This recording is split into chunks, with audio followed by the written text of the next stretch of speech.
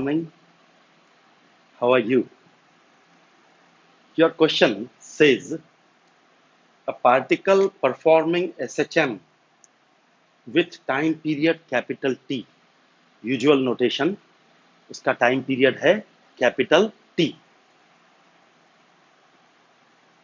The time for 3/8 oscillation if the particle starts from mean position. Okay. Particle का motion शुरू हुआ mean position से और कितने ऑसिलेशंस 3/8 ऑसिलेशंस 3/8 ऑसिलेशंस के लिए उसको कितना समय लगेगा दैट इज योर क्वेश्चन। अब यहां पे थोड़ा सोचना है 3/8 ऑसिलेशंस मतलब हाफ ऑसिलेशन से कम, क्योंकि हाफ ऑसिलेशन मतलब कितना होगा 3/6 1/2 3/6 मतलब हाफ ऑसिलेशन। ये है 3/8, डिनोमिनेटर बड़ा है मतलब वैल्यू छोटी है, मतलब ये हाफ ऑसिलेशन से क्या है कम है। So 3/8 oscillation means less than half oscillations, isn't it? 1/2 oscillation से कम। Particle starts from mean position, तो यहां से यहां तक गया और यहां से यहां पर वापस आया, मतलब हाफ ऑसिलेशन हुआ। Mean to extreme end extreme to mean, that is half oscillation. Half oscillation से कम मतलब ये यहां पे भी हो सकता है, इधर भी हो सकता है, कहीं पे भी हो सकता है। हाफ ऑसिलेशन से कम लेकिन 1/4 ऑसिलेशन से ज्यादा। O to A, mean to extreme, ये कितना है 1/4 ऑसिलेशन है ना। O to A to O, half oscillation. O to A 1/4 oscillation, तो ये 3/8 है। 3/12 मतलब 1/4 है ना। 3/12 मतलब क्या 1/4। 1/4 से ये क्या है ज्यादा है ना। ये 12 और यहाँ पर 8 है, डिनोमिनेटर छोटा है मतलब वैल्यू ज्यादा है। So 3/8 oscillation is more than 1/4 oscillations but less than half oscillations.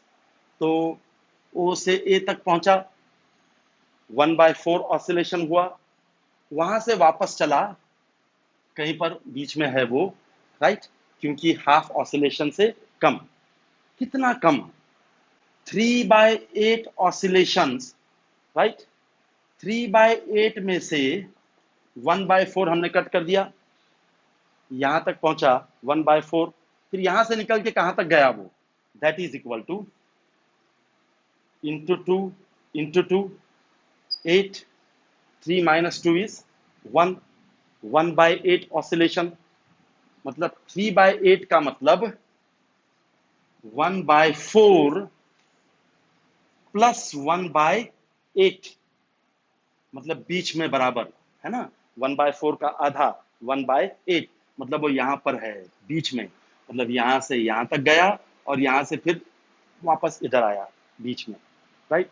उसके लिए कितना समय लगा, that is what you have to find out, small t for that. देख लो इसको समझ में आ रहा है क्या? ये मैथमेटिकल है, थोड़ा सोचना है इसमें।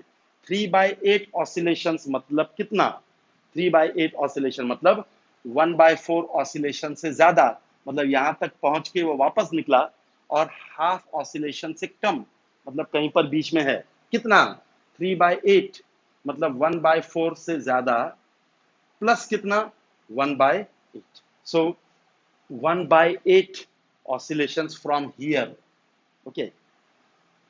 यहां से यहां तक जाने में उसको कितना समय लगता, T/4।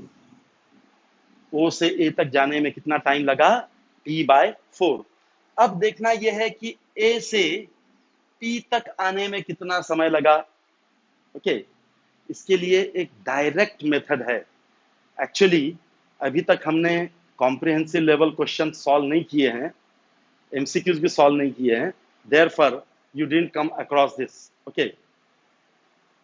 यहां से यहां तक पहुंचने में उसको कितना टाइम लगेगा, इसका आधा नहीं लगेगा, t/8 नहीं लगेगा। एक्सट्रीम से मीन तक आने में उसको टाइम लगेगा t/6। ये मैं आगे एक्सप्लेन करूंगा वीडियो लेक्चर्स में, ये आगे आने वाला है कि एक्सट्रीम से मीन तक आने में उसको टाइम कितना लगेगा, t/6। और ये मिड से मीन तक जाने में उसको टाइम लगेगा t/12। ये क्यों और कैसे, ये हम देखेंगे लेक्चर्स में। तो यहां से यहां तक t/6, यहां से यहां तक t/12। तो O से A तक जाने में टाइम लगा t/4, A से P तक आने में लगा t/6। So total time will be t/4 plus t/6, that is 6t plus 4t, 10t upon 24, और 2 5s are 2 12s are, that is 5t/12. So your answer is 5t/12. Two particles execute simple harmonic motions represented by y1 is equal to zero point 0.1 sine 100 pi t plus pi by 3, and y2 is equal to zero point 0.1 cos pi t, 0.1 cos pi t, right?